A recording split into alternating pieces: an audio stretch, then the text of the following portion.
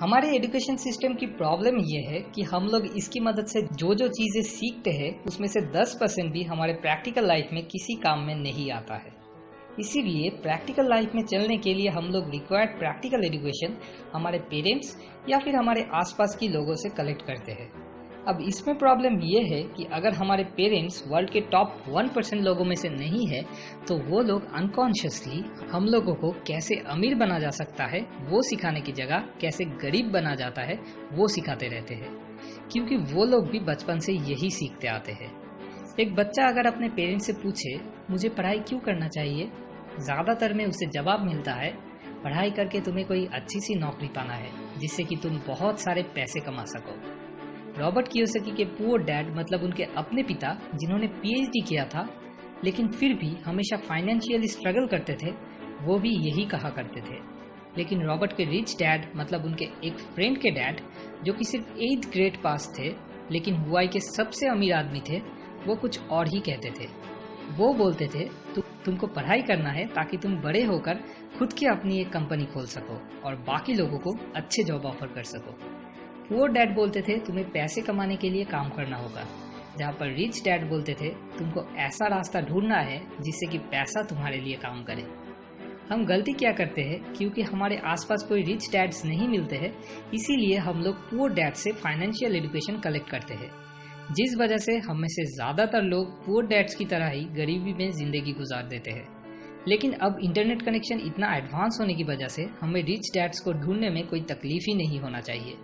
Robert Kiyosaki, Napoleon Hill, Sandeep Maheshwari ऐसे बहुत सारे रिच डैड्स हैं जिनसे अब हम अगर चाहे तो इंटरनेट के जरिए सीख सकते हैं। स्मार्ट आइडिया 1, सही आदमी से सही चीज़ सीखना। नौकरी मिलने के बाद ज़्यादातर लोग सबसे पहले क्या करते हैं, एक बाइक खरीदते हैं या कुछ ऐसी चीज़ खरीदते हैं जो खरीदने का बहुत दिनों से उनका डिज़ायर था। अब मैं 2 टर्म्स को डिफाइन करने वाला हूँ, एक है एसेट्स और दूसरा है लायबिलिटीज़। एसेट्स मतलब वो सारी चीज़ें जो हमारे पॉकेट में पैसा ले आता है, जैसे कि किराए पे दिया हुआ कोई घर या फिर कोई बिजनेस या कोई भी चीज़ जिससे हमें कुछ रेगुलर इनकम होता है। और दूसरी तरफ है लायबिलिटीज़, जो हमारे पॉकेट से पैसे को बाहर ले जाता है, जैसे कि बाइक, हफ्ते में 4 दिन पेट्रोल भरना पड़ता है, या कोई भी एक्सपेंसिव मोबाइल जिसकी कोई ज़रूरत नहीं है, कुछ साल या कुछ महीने बाद जो पूरी तरह से ख़राब होने वाली है। इन सब चीज़ों को लायबिलिटीज़ कहते हैं और यही सब चीज़ें अमीर बनने में रुकावट है। तो क्या हमें कोई भी बाइक या कोई भी एक्सपेंसिव मोबाइल यूज़ करना नहीं चाहिए? नहीं, ये गलत बात है। सिर्फ हमें ये ध्यान में रखना है कि हमारे इनकम की मैक्सिमम परसेंटेज एसेट्स में इन्वेस्ट हो और मिनिमम परसेंटेज लायबिलिटीज़ के पीछे खर्च हो। मतलब हमें इनकम की एक फिक्स्ड मैक्सिमम अमाउंट पहले ही साइड करके रखना होगा एसेट्स के पीछे इन्वेस्ट करने के लिए। फिर सब ज़रूरत की खर्च करने के बाद इनकम की मिनिमम परसेंटेज लायबिलिटीज़ के पीछे खर्च करना है, तभी जाके धीरे धीरे अमीर बना जा सकता है।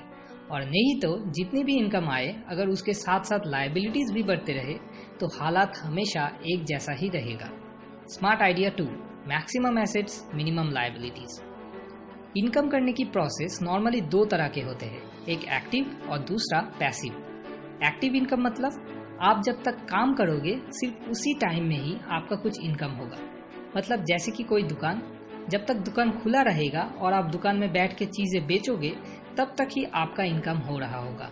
लेकिन जब आपका दुकान बंद होगा और आप घर में सो रहे होगे तब आपका इनकम भी बंद होगा।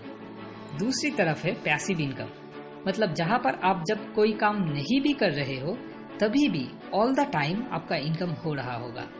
जैसे कि मेरा ये छोटा सा यूट्यूब चैनल, मैं जब घर में सो रहा हूँ तब भी मेरे चैनल पे व्यूअर्स मेरे वीडियोस देख रहे हैं और उसी से ऑल टाइम मुझे इनकम हो रहा है।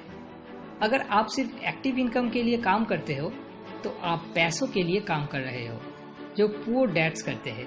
मगर आप अगर पैसिव इनकम के लिए काम करो तो तब पैसा आपके लिए काम करेगी, जो रिच डैड्स करते हैं।